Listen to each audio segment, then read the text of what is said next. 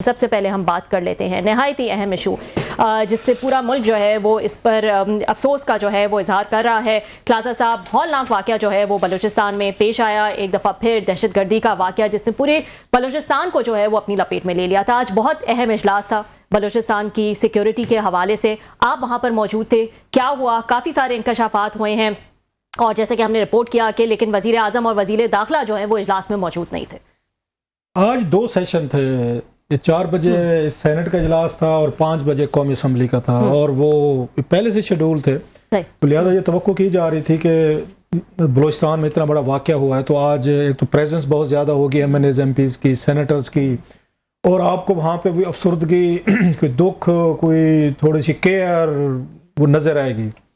وہ میں پہلے ان کی طرف آ جاتے ہیں، پھر یہ وزیر اعظم صاحب اور پھر وزیر داخلہ صاحب پہ بھی آ جاتے ہیں، بحثی پہ بھی بات کر لیتے ہیں، جو خواجہ آصف نے اپنی تقریر میں ذکر کیا۔ اب ذرا اس کا سکیل دیکھیں کہ کتنے بڑے سکیل کا یہ ٹریجڈی ہوئی ہے کہ آپ کے 12 اضلاع میں جو آج باتیں بھی کی گئی ہیں قومی اسمبلی میں، محمود خان چغزئی صاحب نے بھی انہوں نے تقریر کی، ان کی اس کے بعد علامہ ناصر عباس صاحب ہیں، انہوں نے سینٹ میں کی۔ وہ تو جو کچھ بھی ہوا پوری قوم کو اب اس کو پتہ ہے، میں رپیٹ نہیں کرنا چاہتا کہ اس لیول کی پہلے کبھی آپ کو چیزیں نظر نہیں آئی تھیں جو بلوچستان میں اب نظر آئی ہیں۔ پہلے وہ مطلب ہے اس کو بڑھاتے گئے، جیسے گیم کے لیولز ہوتے ہیں کہ پہلے جو شروع ہوا کام، اور ان کو بگٹی صاحب کی جو ان کی کلنگ ہوئی تھی جناب مشرف صاحب کے دور میں،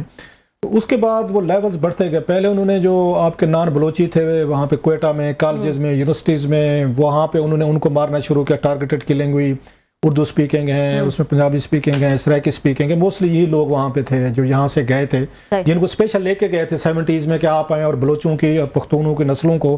پڑھائیں، کیونکہ ان کے پاس وہ ٹیچر نہیں تھے، ان کے پاس پروفیسر نہیں تھے، لوگ نہیں تھے، سو سارے یہاں سے وہ لے کر گئے کہ ان کو پڑھائیں، اور وہ پڑھانے جو گئے تھے تو بعد میں ان کو بھی وہ ٹارگیٹڈ کلنگ کی گئی، ان کو بھی مارا گیا۔ دیٹس اندر ایک سیڈ ایک سٹوری ہے، ہارٹ بریکنگ ہے کہ جو لوگ گئے آپ کو پڑھانے کے لیے انہیں کوئی، بلکہ ایک تو مجھے یاد ہے کراچی کی اردو سپیکنگ ایک یونیورسٹی کی خاتون پروفیسر بھی تھیں یا میڈیکل کی تھیں کسی کی، ان کو بھی ٹارگیٹڈ کلنگ میں ان کو بھی وہ شہید کیا گیا۔ یوزلی خواتین کو ہم سمجھتے ہیں بلوچ جو ہیں اپنی اب خواتین کی بڑی عزت کرتے ہیں، اپنی کی بھی کرتے ہیں، دوسروں کو بھی کرتے ہیں۔ سو بہت بڑا واقعہ ہوا تھا، پہلے وہاں سے ہوا، پہلا لیول جہاں سے شروع ہوا، لوگوں نے اپنی جائیدادیں بیچنا شروع کر دی، نکلنا شروع کیا، جس کی جگہ بعد میں رپورٹ ہوا کہ وہاں پر یہ کوئٹہ وغیرہ میں جو افغانستان سے وہ آئے ہوئے تھے افغان تھے، انہوں نے وہ جائیدادیں پونے انہوں نے خریدنا شروع کی، وہ سیٹل ہونا شروع ہو گئے۔ نیکسٹ لیول انہوں نے کیا، جناب کے جو باہر سے مزدور آتے ہیں ان کو انہوں نے بسوں سے اتار کے شناختی کارڈ اتار کے ان کو مارنا شروع کیا۔ لاشیں پنجاب میں، سندھ میں، ہمارے علاقوں میں زیادہ آئی ہیں، سرائکی علاقوں میں، پنجاب میں، ان میں سینٹرل پنجاب میں بھی آئی ہیں، وہاں پہ مزدور لوگ، غریب لوگ، اور ان کی یہ جواز دیا گیا ایک طبقے نے کہ یہ وہاں پہ وار زون میں کیا کرنے جاتے ہیں، یہ مزدوری کرنے بلوچستان کیوں جاتے تھے۔ یہ بھی میں نے بڑے پڑھے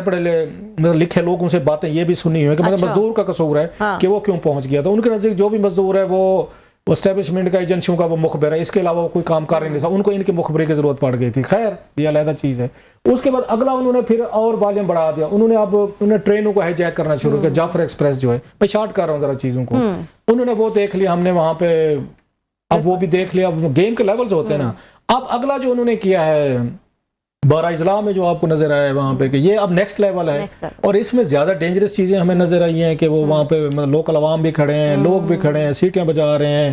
اور کوئی ریئیکشن، کوئی مزاحمت وہ نظر ہی نہیں آ رہی، کوئی رسپانس نظر نہیں آ رہا، جس کی بات ہے محمود خان چغزئی صاحب نے کی ہے۔ تو اس سب ٹریجڈی کو ذرا ذہن میں رکھتے ہوئے کہ بینک اڑائے گئے ہیں وہاں پہ، کوئٹہ جیسے شہر میں ریڈ زون ایریاز میں وہ داخل ہوئے ہیں، یہ سب کچھ ہوا ہے، 4 بلین روپیز ان کی سیکورٹی پہ بھی لگ رہے تھے۔ اب اس بیک گراؤنڈ میں آپ کا اجلاس ہو رہا ہے، no what do you expect as a journalist? میں جیسے میں کہتا رہتا ہوں، ایک متقیہ کلام سے ہی بن جاتا ہے نا کہ 2002 سے 24 سال سے میں رپورٹنگ کر رہا ہوں، تو what do you see there? میرا یہ خیال تھا کہ آج سینٹ اور قومی اسمبلی کے حوصلے سے بھرے ہوئے ہیں کہ وزیر اعظم صاحب بھی ہوں گے، وزیر داخلہ محسن نقوی صاحب بھی ہوں گے، اور وہ پالیسی سٹیٹمنٹ دیں گے، وہاں سے بحث کا آغاز کریں گے اور بتائیں گے کیا ہوا اور اب کیا کرنا ہے۔ تو جناب وہاں پہ میں تقریروں کی طرف آنے سے پہلے جو وہاں پہ علامہ ناصر صاحب نے کی ہے، پھر اس کے بعد رانا ثناء اللہ صاحب نے کی ہے، پھر انوار اللہ کاکڑ صاحب نے کی ہے، سابق وزیر اعظم ہیں، تو یہ 3-4 سپیچز وہاں پہ اہم تھی۔